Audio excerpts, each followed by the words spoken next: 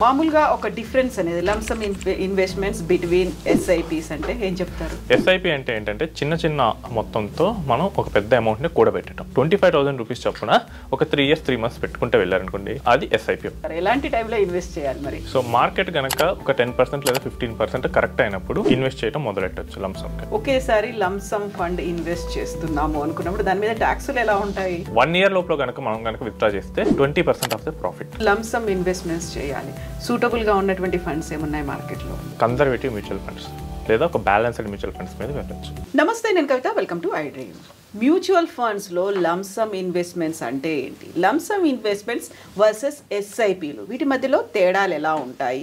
మనతో పాటుగా ఉన్నారు ఫైనాన్షియల్ ఎక్స్పర్ట్ సాయిరామ్ గారు. హలో అండి, నమస్తే. నమస్తే మేడం. సో యూజువల్ గానే లంసమ్ ఇన్వెస్ట్మెంట్ అనగానే, ఒక లంసమ్ అనగానే పెద్ద మొత్తం అనేది ఉంటుంది. యాక్చువల్గా ఏంటది? సో చాలా మంది దగ్గర పెద్ద మొత్తంలో అమౌంట్ ఒకేసారి ఇన్వెస్ట్ చేయాలని ఉంటుంది. అదేంటంటే శాలరీలో బోనస్ రావచ్చు, లేదా ఏదైనా ప్రాపర్టీ సేల్ చేసినప్పుడు కానీ, లేదా ఏదైనా ఆస్తులు పంచుకునేటప్పుడు కానీ, లేదా గిఫ్ట్ అమౌంట్స్ కానీ. సో ఇలా వచ్చినప్పుడు ఒక పెద్ద అమౌంట్ ఉంటుంది. సో వీటిని ఎలా ఇన్వెస్ట్ చేయాలి అంటారు. సో దీనికోసం మనం లంసమ్ ఇన్వెస్ట్మెంట్ అనేది చూసుకోవాల్సి వస్తుంది. సో దీన్ని ఏంటంటే చాలామంది రిస్కీ అనుకుంటారు, బట్ పర్ఫెక్ట్ ప్లానింగ్తో వెళ్తే కనుక సో దీన్ని కూడా మంచి లాభం వచ్చేటట్లు చేసుకోవచ్చు. మామూలుగా ఒక డిఫరెన్స్ అనేది లంసమ్ ఇన్వెస్ట్మెంట్స్ బిట్వీన్ ఎస్ఐపిస్ అంటే ఏం చెప్తారు? సో చాలా మంచి ప్రశ్న అండి.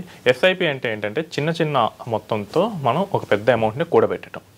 సో నెలకు ఒక 5,000, 10,000 ఇలా చేసుకుంటూ వెళ్తే ఒక 5 ఏళ్ల తర్వాత, ఒక 10 ఏళ్ల తర్వాత ఒక పెద్ద అమౌంట్ అనేది క్రియేట్ అవుతుంది. సో దాన్ని ఎస్ఐపి అంటాం. లంసమ్ అంటే మన దగ్గర ఇప్పుడే ఒక 10 లక్షలు ఉంటే దాన్ని ఇన్వెస్ట్ చేస్తే ఎలా. సో వన్ టైం ఇన్వెస్ట్ చేసేదాన్ని లంసమ్ అంటారు. నెలవారీ లేదా వారం ఇలా ప్రతిసారి కంటిన్యూస్గా చేసేదాన్ని, ఒక పద్ధతి ప్రకారం చేసేదాన్ని ఎస్ఐపి అంటాం. మీ దగ్గర ఒక 10 లక్షలు ఉన్నాయి, దీన్ని ఒకేసారి పెట్టడం లంసమ్ అంటారు. అదే దాన్ని మీరు 25,000 రూపీస్ చొప్పున ఒక 3 years 3 months పెట్టుకుంటే వెళ్ళారనుకోండి, అది ఎస్ఐపి.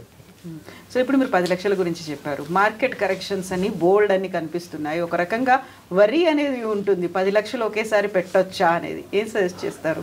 లంసమ్కి మార్కెట్ స్థితి అనేది మనం కరెక్ట్గా చూసుకోవాల్సి వస్తుందండి. సో ఇప్పుడు మీకు చూపిస్తాను. మీరు కనుక చూసినట్లయితే కనుక మార్కెట్ మనకి 2007 డిసెంబర్ ఆ టైంలో చూస్తే కనుక మనకు ఆల్మోస్ట్ 5,500 నుంచి 6,000 వరకు మనకు వెళ్ళింది. సో డిసెంబర్ మంత్లో ఆల్మోస్ట్ 6,000కి వెళ్ళింది.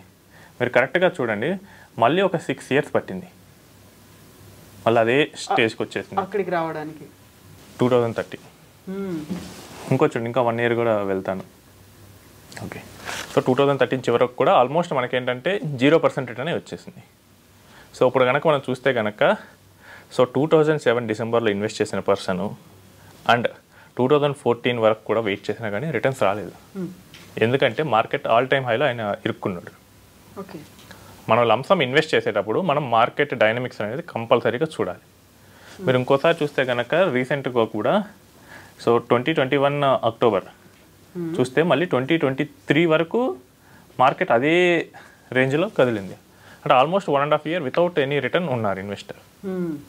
సో ఇక్కడ కనుక సరైన ప్లానింగ్ లేకుండా కనుక ఇన్వెస్ట్ చేస్తే కనుక ఆల్ టైమ్ హైలో ఇరుక్కుపోతే ఈవెన్ కొన్ని సంవత్సరాల పాటు రిటర్న్ లేకుండా ఉండాల్సి ఉండొచ్చు. హర్షద్ మెహతా స్కామ్ అప్పుడు చూస్తే ఆల్మోస్ట్ 10 ఏళ్ళు మార్కెట్ ఎటువంటి రిటర్న్ లేకుండా ఉంది. తన ఆల్ టైమ్ హైలో పెట్టిన వాళ్ళకి దాదాపు 90sలో పెడితే మళ్ళీ 2000 ఎర్లీస్లో మళ్ళీ రిటర్న్ వచ్చింది. సో అంత రిస్కీగా ఉంటుంది lump sum investment. So what is the best time అంటే ఏం చెప్తారు? ఎలాంటి టైంలో ఇన్వెస్ట్ చేయాలి మరి? సో మార్కెట్ కనుక ఒక 10% లేదా 15% కరెక్ట్ అయినప్పుడు ఇన్వెస్ట్ చేయడం మొదలెట్టచ్చు లంసమ్గా. నెక్స్ట్ మీ గోల్ కనుక ఒక 8 or 9 years అట్లీస్ట్ ఉంటే కనుక మీరు లంసంలో ఇన్వెస్ట్ చేయొచ్చు. అప్పుడు మాత్రం ఈ రిటర్న్ లేకపోయినా కానీ మీరు ఇంకా ఉండొచ్చు. ఒక 6 ఏళ్ళు రిటర్న్ లేకపోయినా మార్కెట్ కనుక మీరు చూస్తే కనుక 2008లో చేసిన వాళ్ళకి మళ్ళీ 2015లో చూస్తే 6,000 నుంచి 8,000 వెళ్ళింది. So you will have some return. Okay, so మీరు మధ్యలో వెళ్తే కనుక రిటర్న్ లేకుండా ఉండే డేంజర్ కూడా ఉంది. సో లంసమ్ ఇన్వెస్ట్మెంట్లు చేయాలంటే కనీసం 8 years అండ్ అబోవ్ మీకు ఉండాలి టైం పీరియడ్. బిలో ఉంటే కనుక లంసమ్స్ అంత మంచివి కావు. ఓకే, ఏంటంటే చాలామంది చెప్తారు మార్కెట్ అలా ఎలా బిహేవ్ చేస్తుందని. లాస్ట్ 20 yearsలోనే ఇలాంటి సినారియోస్ చాలా వచ్చాయి. 1 year పాటు రిటర్న్ లేని సినారియోస్ చాలా ఉన్నాయి. మీరు కనుక చూస్తే కనుక ఈ అప్ అండ్ డౌన్ గ్రాఫ్స్ అనేవి ఉంటాయి కదండి. సో ఇవన్నీ అప్స్ నుంచి మళ్ళీ తిరిగి నెక్స్ట్ అప్ విత్ ఇన్ 1 ఇయర్లోనే జరిగాయి అన్నీ. సో సరిగ్గా కనుక వాళ్ళు ఇన్వెస్ట్ చేయకపోతే కనుక జీరో రిటర్న్లో వెళ్ళే అవకాశం ఉంటుంది, ఇంకా నెగిటివ్ రిటర్న్ కూడా రావచ్చు. సో మనకి ఇలాంటి స్ట్రాటజీస్ తెలియదు అనుకోండి. సో ఈ 10 lakhs మొత్తం ఒక డెట్ ఫండ్లో పెట్టేయండి. సో ఒక డెట్ ఫండ్లో పెట్టేసి దాని నుంచి every month or every week ఒక 50,000 ఆర్ 1 lakh మీరు తీసుకొని ఈక్విటీ ఫండ్స్లోకి వెళ్ళొచ్చు.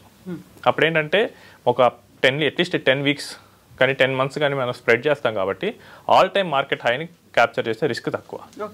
ఈ ఆల్ టైమ్ మార్కెట్ హై అనేది సో ఆ తర్వాత నుంచి పడుతూ వచ్చింది. సో అప్పుడు ఏమవుతుందంటే మనకి ఈ ఇన్వెస్ట్మెంట్ వాల్యూస్ అనేవి యావరేజ్ అయిపోతాయి. సో ఎవరైతే ఇక్కడ చూస్తే 6,000 నుంచి మార్కెట్ బోటంగా ఆల్మోస్ట్ 3,000 వరకు వచ్చేసింది. సో ఇప్పుడు మనం కనుక యావరేజ్ చేస్తూ వెళ్ళామనుకోండి మనకి యావరేజ్ ప్రైస్ 4,500 దగ్గర రావచ్చు. అప్పుడు మళ్ళీ తిరిగి 4,500 అంటే కనుక మీరు చూడండి విత్ ఇన్ 2 to 3 yearsలో వచ్చేసింది. సో ఎస్టీపీ ద్వారా నెలకు కానీ వారానికి కానీ కొంత అమౌంట్ కనుక ఈక్విటీస్లో పెట్టుకుంటూ వెళ్తే ఆ రిస్క్ అనేది మనం అవాయిడ్ చేయొచ్చు. సో దీనికి పెద్ద మార్కెట్ని జడ్జ్ చేసే స్కిల్ కూడా ఏమీ అవసరం లేదు. సో ఈ రోజుల్లో మనకి కొన్ని ఫండ్ హౌసెస్ ఎస్టీపీని డైనమిక్గా ఇస్తున్నాయి. అంటే మార్కెట్ కనుక బాగా పడితే మనకు 10 లక్షలు ఉంటే అందులో 3-4 లక్షలు ఒకేసారి ట్రాన్స్ఫర్ చేస్తాయి. మార్కెట్ కనుక చాలా పెరిగినట్లు అనిపిస్తే మనం 1 లక్ష పెట్టమన్నా కానీ ఒక 20,000 30,000 పెడతారు వాళ్ళు. సో అంత ఆప్షన్ ఉంది. సో మనం ఏం జడ్జ్ చేయాల్సిన అవసరం లేదు, ఫండ్ హౌసెస్ ఆ కాల్ తీసుకుంటాయి. సో ఇంత కన్వీనియంట్గా ఎస్టీపీస్ అనేవి డెవలప్ అయ్యాయి.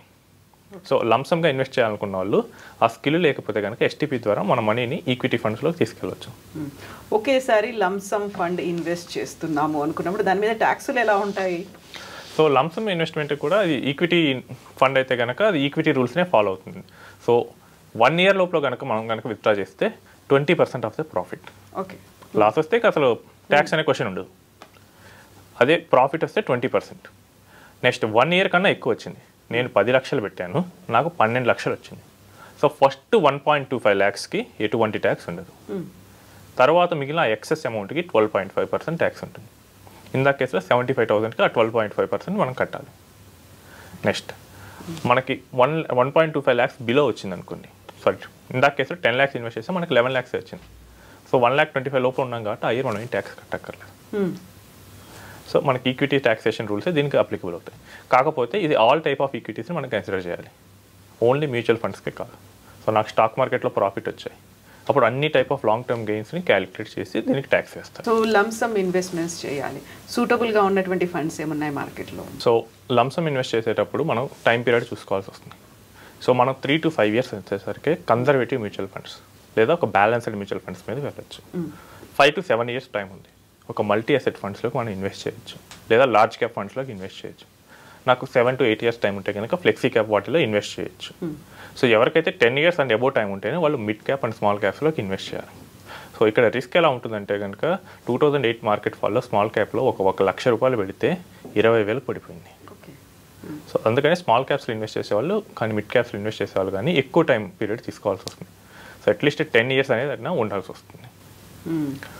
నెక్స్ట్ సో ఇక్కడ కామన్గా చేసే మిస్టేక్స్ ఏమున్నాయంటారు? సో కామన్గా చేసే మిస్టేక్ ఏంటంటే మార్కెట్ని టైం చేయడం చేస్తారు. సో మార్కెట్ని ఎవరు పర్ఫెక్ట్గా టైం చేయలేరు. మీరు కనుక చూసినట్లయితే కనుక సో మార్కెట్ కోవిడ్ అప్పుడు చూడండి, సో ఫస్ట్ పడుతూ వచ్చేసింది, విత్ ఇన్ ఏ మంత్ ఇవన్నీ జరిగాయి. సో మార్కెట్ అంతకుముందు కనుక చూస్తే 12,000 ఉంది. సో తన బోటమ్ 8,600 దగ్గర అయింది. సో 12,000 నుంచి 10% వెళ్తే కనుక ఆల్మోస్ట్ 10,000 చేంజ్కి వచ్చేది. సో దాన్ని కనుక బాటమ్ అనుకుంటే కనుక మిస్టేక్ అయినట్టే. సో 10 నుంచి 9 అయ్యింది, 9 నుంచి 8,000కి వెళ్ళింది. సో పర్ఫెక్ట్ బాటమ్ని ఎవరు క్యాచ్ చేయలేరు మార్కెట్. సో అలా ట్రై చేసి పెట్టిన వాళ్ళందరూ చాలామంది దెబ్బతిన్నారు. సో మార్కెట్ని కనుక ఇలా ట్రై చేసి సరిగ్గా వాళ్ళ కాల్ కనుక వర్క్ అవ్వకపోతే కనుక లంసమ్ ఇన్వెస్ట్మెంట్లో చాలా హెవీ లాస్కి అయితే వెళ్తారు. ఎందుకంటే వీళ్ళు ఏం చేస్తారంటే మార్కెట్ బాగా పెరిగింది అనుకొని చాలామంది మనీని తీసుకొస్తారు. అండ్ మార్కెట్ కనుక పట్టం మొదలు పెడితే కనుక with in a week or 2 weeks వాళ్ళ అమౌంట్ని 20-30% కరిగిస్తుంది. బట్ మళ్ళీ అది రికవర్ అవ్వడానికి 2 to 3 years పట్టవచ్చు, అంత ఓపిక ఉండదు. సో లంసమ్ ఇన్వెస్ట్మెంట్ ప్లాన్ చేసేటప్పుడు మనకు అసలు ఏది కరెక్ట్, నేను 3 yearsకి వచ్చాను అప్పుడు నేను స్మాల్ క్యాప్ పెట్టకూడదు, బట్ స్మాల్ క్యాప్లో ఎక్కువ రిటర్న్ వస్తుందని పెడతారు. సో సరైన ఫండ్ సెలెక్ట్ చేసుకోరు. నెక్స్ట్ టైమింగ్ అనేది రాంగ్గా చేసే అవకాశం ఉంటుంది. వాళ్ళు దేనికోసం వచ్చారు, వాళ్ళ టార్గెట్ ఏంటి, వాళ్ళు ఏ ఫండ్ పెట్టుకోవాలి. సో 3 ఇయర్స్కి వచ్చినప్పుడు 3 ఇయర్స్ ఫండ్సే పెట్టాలి. 10 ఇయర్స్ ఉంటుంది, అప్పుడు 10 ఇయర్స్ ఫండ్స్ పెట్టాలి. మళ్ళీ 10 ఇయర్స్ కోసం వచ్చినప్పుడు 3 ఇయర్స్ ఫండ్స్ పెట్టినా రాంగ్ అవుతుంది. సో మన గోల్కి తగ్గట్టు, మన రిస్క్కి తగ్గట్టు ఫండ్స్ సెలెక్ట్ చేసుకోకపోవడం. సో ఇలాంటి మిస్టేక్స్ చాలామంది చేస్తుంటారు. అండ్ ఇంకోటి ఏంటంటే ట్యాక్స్ కోసం మనకు ఇన్కమ్ ట్యాక్స్ 1.25 lakhs బెనిఫిట్ ఇచ్చింది, దాన్ని వాడుకోపోవటం ఏమవుతుందంటే చివరిలో ఎక్కువ ట్యాక్స్ కడతారు. సో ఇయర్లీ మనం మానిటర్ చేసుకొని ట్యాక్స్ వచ్చిందంటే సేమ్ స్కీమ్లోకి మళ్ళీ పెట్టాల్సి వస్తుంది. సో ఇవైతే ఎవరైతే మిస్టేక్స్ చేస్తారో వాళ్ళందరూ లంసంలో లాస్ అయ్యే ఛాన్స్ ఎక్కువ ఉంటుంది. ఇప్పుడు లంసమ్ ఇన్వెస్ట్మెంట్ కాబట్టి రిస్క్ అనేది ఎక్కువే ఉంటుంది అండ్ హ్యూజ్ లాసెస్ కూడా కనిపిస్తాయి ప్రాపర్గా మనం ప్లాన్ చేసుకోకపోతే.